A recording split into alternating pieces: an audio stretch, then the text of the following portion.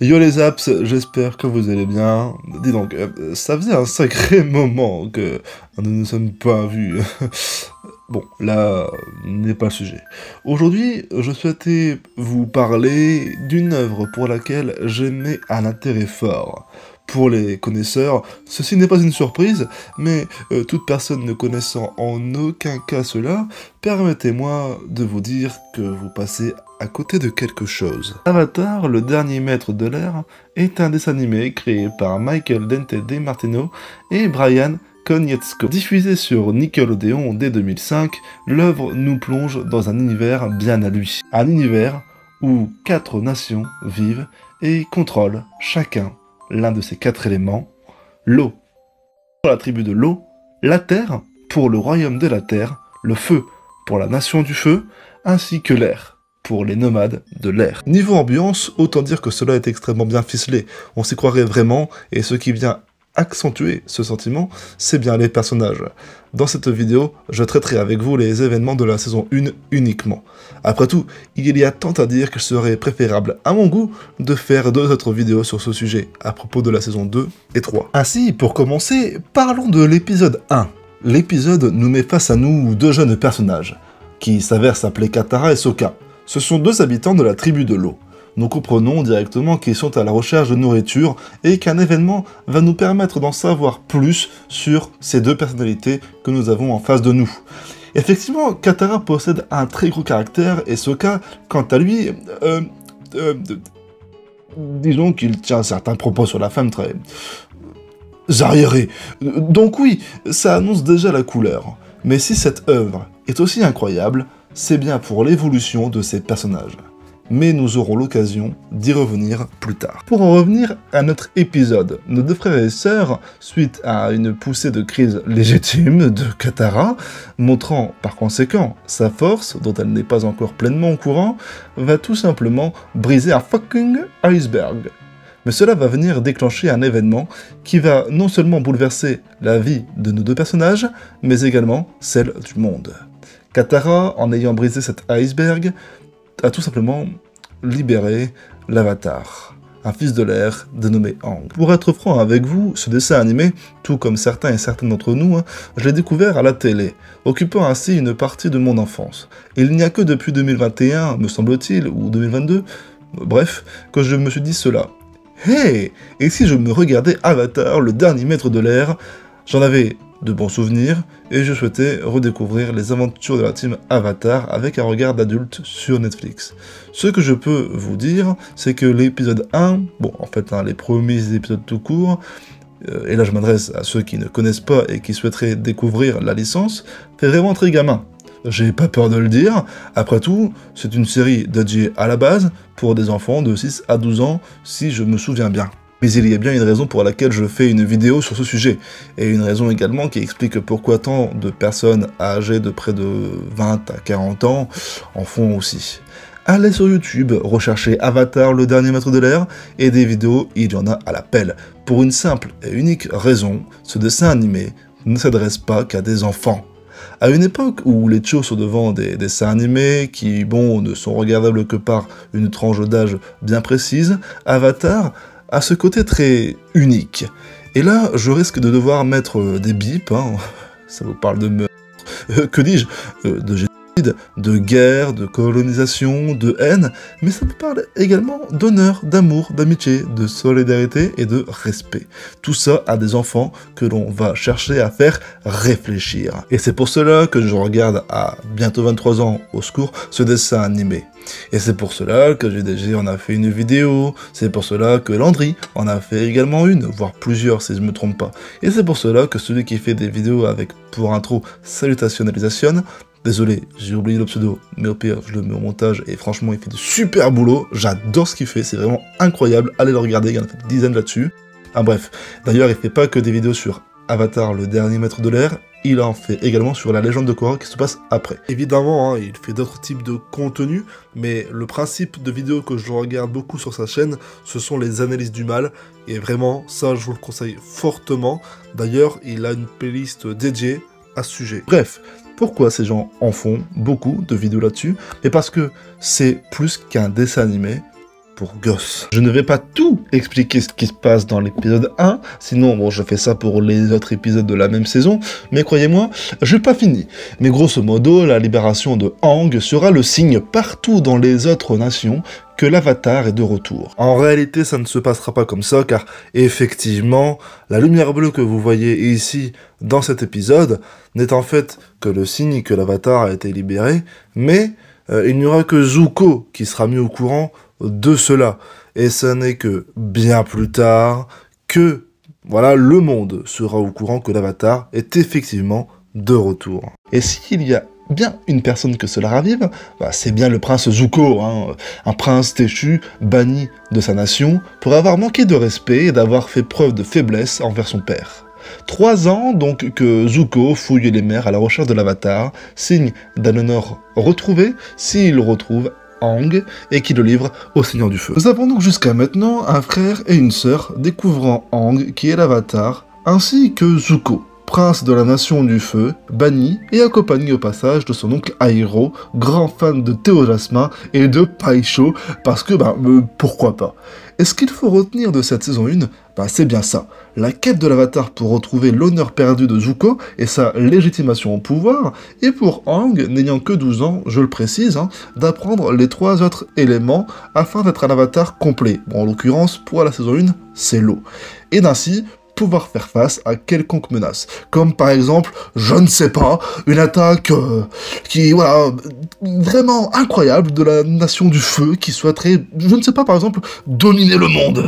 D'ailleurs, histoire de revenir un peu sur Aang et les responsabilités qui pèsent sur lui, parce que bon, mine de rien, sauver le monde, c'est pas donner à tout le monde, dans cet univers, il existe, comme vu précédemment, 4 nations pour 4 éléments. L'Avatar, lui, représente ces 4 éléments, car elle est le seul à pouvoir les contrôler.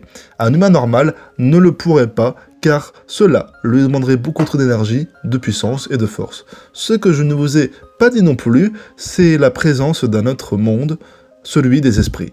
Les esprits, dans Avatar, sont des créatures soit maléfiques, soit bienfaisantes.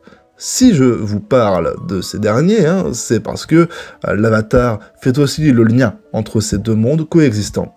D'ailleurs, ces esprits peuvent se caractériser également sous forme physique dans le monde humain, et donc, par conséquent, être visible par tous. L'Avatar est aussi un cycle. En l'occurrence, voilà près de 1000 ans que ce cycle existe. Alors, je me dois d'intervenir pour une petite correction, une fois de plus. Désolé, ça sera la dernière, je vous rassure. Le premier Avatar à avoir vu le jour, c'est l'Avatar One, ayant fusionné avec l'Esprit de la Lumière, Rahava, pour maintenir l'équilibre du monde. D'ailleurs, cela s'est produit il y a des milliers d'années, donc en fait, non, près de 1000 ans, non, c'est faux. Autant pour moi. Maintenant, je vous laisse avec la suite. Mais alors, c'est quoi le cycle de l'Avatar? Si vous avez suivi le principe de 4 nations pour 4 éléments, alors bravo. Même si vous ne comprenez pas grand-chose, c'est pas grave, il suffit de réciter l'intro du dessin animé, l'eau, la terre, le feu, l'air, et s'ensuit par la suite, la suite du générique. Bref, cela signifie qu'avant Aang a précédé un autre avatar, né dans la Nation du Feu, et avant encore celui-ci, un avatar de la Terre, et encore avant l'avatar de la Terre, celui de l'eau. Et histoire de boucler la boucle, évitons tout de même d'oublier celle issue des nomades de l'air qui précède l'avatar Aang dans cet élément. La légende de Korra, par exemple, fait suite à Aang, avatar de l'air, mettant alors en avant Korra, une fille de la tribu de l'eau, et donc, par conséquent, l'avatar suivant, maîtrisant de base cet élément. À chaque fois qu'un avatar meurt, il renaît dans la nation suivante, d'où le principe de cycle. Aang, né chez les nomades de l'air, tout comme n'importe quel avatar, aura cette facilité d'apprentissage de l'élément propre à chaque nation. Cela explique pourquoi Aang est si doué pour la maîtrise de l'air, et ce qui explique pourquoi Korra est tout aussi douée pour la maîtrise de l'eau. Bon, d'ailleurs, je tiens à le préciser, j'ai peut-être été lent dans mon explication, en tout cas, c'était l'objectif, voilà, parce que je pars du principe où, voilà, il y a peut-être des gens qui n'ont peut-être pas bien compris, et c'est pour ça que je prends mon temps, afin de mettre les choses au clair. Maintenant, je vous invite à passer à la suite. Pour autant, Aang et les avatars précédents ou suivants devront passer par l'apprentissage des autres éléments qu'ils ne maîtrisent pas. Pour Aang, nomade de l'air, maîtrisant l'air, car c'est son élément, il devra apprendre les éléments de l'eau, de la terre et du feu. Et pour l'avatar suivant, ici Korra, né dans la tribu de l'eau et maîtrisant facilement l'eau, a appris à maîtriser la terre et le feu, et apprendra l'élément de l'air. Si j'ai bien dit apprendra, c'est parce que chaque avatar rencontrera obligatoirement soit une difficulté ou une facilité d'apprentissage sur un élément en particulier, et vous verrez, la raison est plus que logique. Pour Aang, avatar de l'air, son élément opposé sera la terre. L'air est libre et sans cesse en mouvement. La terre, quant à elle, est dure, ne bouge pas et est imprégné au sol. Aang a souvent tendance à beaucoup trop réfléchir plutôt qu'agir, et c'est ce qui fait qu'il rencontrera des difficultés quant à l'apprentissage de la maîtrise de la terre. Pour Korra, l'opposé de l'eau, c'est le feu. Du moins, c'est ce qu'on pourrait croire. Bon, dans la série, c'est plutôt l'air, mais cela peut s'expliquer de par la personnalité que possède Korra. Elle est impulsive et a un assez gros caractère. Sa personnalité n'est clairement pas en phase avec un moine des nomades de l'air. Bien, je vous parlais de cycle tout à l'heure. Eh bien, un avatar peut communiquer avec ses vies antérieures, faire appel en quelque sorte à ses précédents cycles. L'avatar précédent Aang est donc un avatar issu de la nation du feu et se nomme Roku. Pour Korra, il s'agira donc d'Aang. Faire appel à ses vies antérieures peuvent permettre d'être aiguillé, conseillé et même informé de risques potentiels. Je vous ai parlé de Korra pour contextualiser mes propos, et j'avoue être parti assez loin dans mes explications. Mais en résumé, ce qu'il faut retenir, c'est qu'un avatar, au vu de son statut, se doit de maîtriser les 4 éléments afin de faire régner l'ordre et la paix. Maintenant, vous savez pourquoi il fallait passer par là. Nous pouvons ainsi reprendre là où nous en étions arrivés. Nos compagnons d'aventure sont ainsi confrontés aux dangers que représente Zuko tout au long des saisons. Alors Kang se devra d'apprendre, avant tout, la maîtrise de l'eau. Ils ont alors un objectif, le pôle Nord. Bien avant cela, Aang, Katara ainsi que Sokka feront de belles rencontres. En premier lieu, les guerrières Kyoshi, représentant l'avatar Kyoshi, avatar de la Terre. C'est ici notamment que Sokka, sous son air comique et déjanté, parce qu'on l'aime comme ça, verra son machisme se retourner contre lui-même. Et je trouve ça intéressant, car contrairement à ce qu'a fait Netflix, dans le but probablement de ne pas choquer, alors que justement, le but est de faire réfléchir le téléspectateur, Sokka va tenir des propos tels que « on n'a pas pu se faire capturer par des filles », refusant même de perdre contre elles, etc., etc. De cela, il va apprendre de ses propos en faisant la connaissance de Suki, une guerrière Kyoshi qui va justement le battre lors d'un combat. La morale est belle, car à la fin, il s'excuse et a pleinement conscience de ses propos et des actes qu'il a pu tenir, faire. Et en plus, à la fin, ils s'embrassent, oh, c'est merveilleux. Hein, Netflix, qui lisse les personnages. Non, parce que c'est pareil. Comparez les deux Katara, et croyez-moi, et vous serez choqués. Après leur périple sur l'île Kyoshi, ils feront un détour à Omashu, situé au royaume de la Terre. Aang et ses amis y feront la rencontre du roi, qui s'avérera être une personne connue par l'avatar actuel. Et oui, vous vous rappelez de l'intro qui disait que l'avatar avait disparu au moment où l'on avait besoin de lui? Entre-temps, il s'est écoulé 100 ans. 100 années où le monde n'avait plus d'avatar et où le monde a sombré dans la guerre et a causé le génocide que l'on connaît aujourd'hui, ainsi que la puissance que possède la nation du feu et la pression faite sur les autres nations. L'avatar en question, qui a tout simplement fui ses responsabilités, c'est Aang. Donc quand Katara libère Aang, le bougre, il a en réalité non pas 12 ans, mais 112 ans, bordel. Ce qui explique pourquoi Aang et le roi se connaissent. Je ne vais pas tout vous dire de cet épisode, même si en fait, je vous ai raconté le plus gros. Mais ce qu'il faut en retenir, c'est que le roi est sacrément vieux, lui n'ayant pas été congelé dans un iceberg. Bref, notre petite équipe rencontrera également Jet, un gars fort gentil qui veut détruire un village et tuer des innocents parce que c'est le prix à payer, et qu'il faut bien faire des sacrifices pour la paix. Ouais mon gars, t'as tout compris. Évidemment, lors de leur voyage, Aang apprend avec Katara la maîtrise de l'eau que Katara apprend également.